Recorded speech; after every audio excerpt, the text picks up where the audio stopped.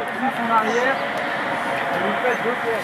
Bonjour, je m'appelle Amandine Henry, j'ai 31 ans, joueuse professionnelle de football à l'Olympique Lyonnais et capitaine de l'équipe de France. J'ai commencé à avoir un ballon dans les pieds à l'âge de 3 ans. À l'âge de 5 ans, j'ai demandé à mon papa de m'inscrire dans un club de foot et là, l'aventure a commencé. C'est là que je me suis rendu compte que j'étais une fille. Le club dans la ville où j'habitais à l'époque m'a acceptée et puis m'a fait signer ma première licence. Bon, bien sûr, j'étais forcément la seule fille de l'équipe, mais pour moi, il n'y avait aucune importance. Tant que j'avais le ballon dans les pieds, c'est tout ce qui m'importait. J'ai commencé comme ça jusqu'à l'âge de 11-12 ans où j'avais envie de voir autre chose, d'aller dans un club un peu plus compétitif. Et il y a un club qui me dit non, on ne prend pas les filles. Il y a une loi qui dit à partir de 14 ans, une fille ne peut plus jouer avec les garçons. Ça a été la première fois où je me suis dit il y a une injustice. Et c'est la première fois que je jouais avec les filles. Alors au début, j'aimais pas du tout parce que avec les garçons, j'avais quand même une spécialité qui était la différence. Et après, quand tu arrives, tout le monde se ressemble. Au final, tu fais partie des meubles en fait. Et là, tu dois montrer vraiment par ton talent. Donc oui, ça forge le caractère. On doit se battre 2 fois plus, travailler 2 fois plus. Et puis on se dit, est-ce que je vais y arriver ? Il y a toujours des clichés où les filles vont se crêper le chignon, mais bon, on peut dire pareil des garçons si on veut.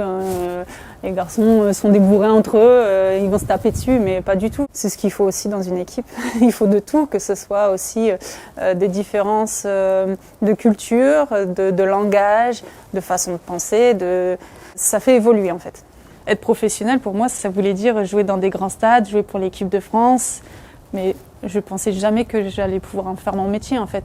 Et quand sont arrivés les contrats professionnels, là je me suis dit waouh, là on est reconnu et on va pas s'arrêter là. Par exemple, quand on a commencé à avoir rien que nos noms sur les maillots, quand on a commencé à avoir un équipementier qui mettait des tailles féminines, là on s'est dit ah ouais, il commence à s'intéresser à nous. Donc après, quand tu vois un petit garçon qui porte ton maillot avec le nom derrière, tu dis mais en fait il y a plus le Henry masculin et le Henry féminin, on parle du joueur ou de la joueuse en fait. On parle de sport, on ne parle pas d'un genre. 6 fois, d'accord ? De jambes, 6 fois. 2 fois par jambe. Le fait de gagner déjà, c'est d'avoir une équipe qui fédère. Parce qu'on peut avoir tout le talent du monde, si on n'est pas ensemble dans une équipe, ça ne marche pas, parce qu'on ne peut pas y arriver seul. Alors c'est vrai qu'à l'Olympique Lyonnais, on a énormément de chance, c'est d'avoir le président Aulas qui a fait depuis presque 15 ans, je dirais, tout pour le foot féminin, mais surtout pour son équipe féminine. Il nous met sur le même piédestal que les garçons, de s'entraîner sur des beaux terrains, d'avoir les meilleures installations possibles. Dans la compétition, le plus important est de participer. Ça, je suis pas trop d'accord, parce que quand on est compétitrice, on a envie de gagner. J'ai toujours eu ce fil conducteur dans ma vie. Tout est basé autour du foot. Je trouve ça bien parce que ça inculque des valeurs, ça inculque beaucoup de choses en fait. Le travail, le goût à l'effort, le surpassement de soi, la tolérance, parce que ça arrive aussi que des fois une coéquipière soit moins bien, et il faut l'accepter et que ça peut t'arriver à toi aussi. C'est l'entraide, le respect. Quand tu vois que toute ton équipe est dans le dur et qu'une coéquipière ne lâche pas, tu dis non, je peux pas lâcher parce qu'elle se donne à fond. Le surpassement de soi va avec le plaisir.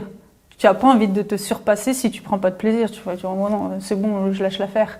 Alors que si tu aimes ce que tu fais, tu vas essayer encore plus, encore. Mentalement, tu vas te dire non, je peux faire plus. Quelle serait selon vous une mesure importante à mettre en place lors du forum Génération Égalité ? Alors en ce moment, on parle beaucoup d'égalité salariale. Dans le foot, on n'y est pas encore. On ne peut pas réclamer ce qu'on n'a pas encore fait.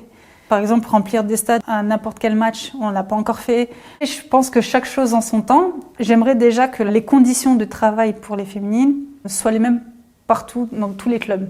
Certaines fois, on joue contre des clubs où les filles travaillent la journée et s'entraînent le soir. Et t'as vu les 2 Américaines qui ont adopté ? Ouais. Tu vois ?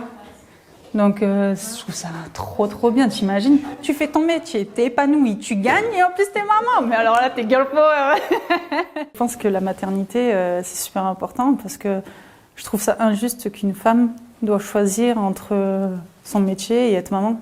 Ok, on peut être maman, mais pour l'instant, rien n'est fait autour pour rester maman. Parce que c'est pas tout de le faire, l'enfant, c'est aussi de suivre. Parce que les hommes peuvent le faire, mais pourquoi nous, on devrait s'arrêter et puis être considérés malades? On n'est pas malade. Et c'est ce mot en fait qui me dérange et j'aimerais que par la suite, on ait un statut de femme enceinte, tout simplement.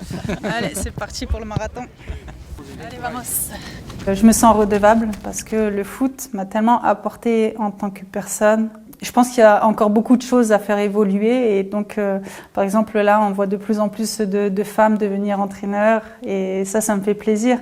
De montrer le bon exemple aussi pour les plus jeunes qui se disent que rien n'est impossible et qu'on soit garçon ou fille, on peut faire ce qu'on veut.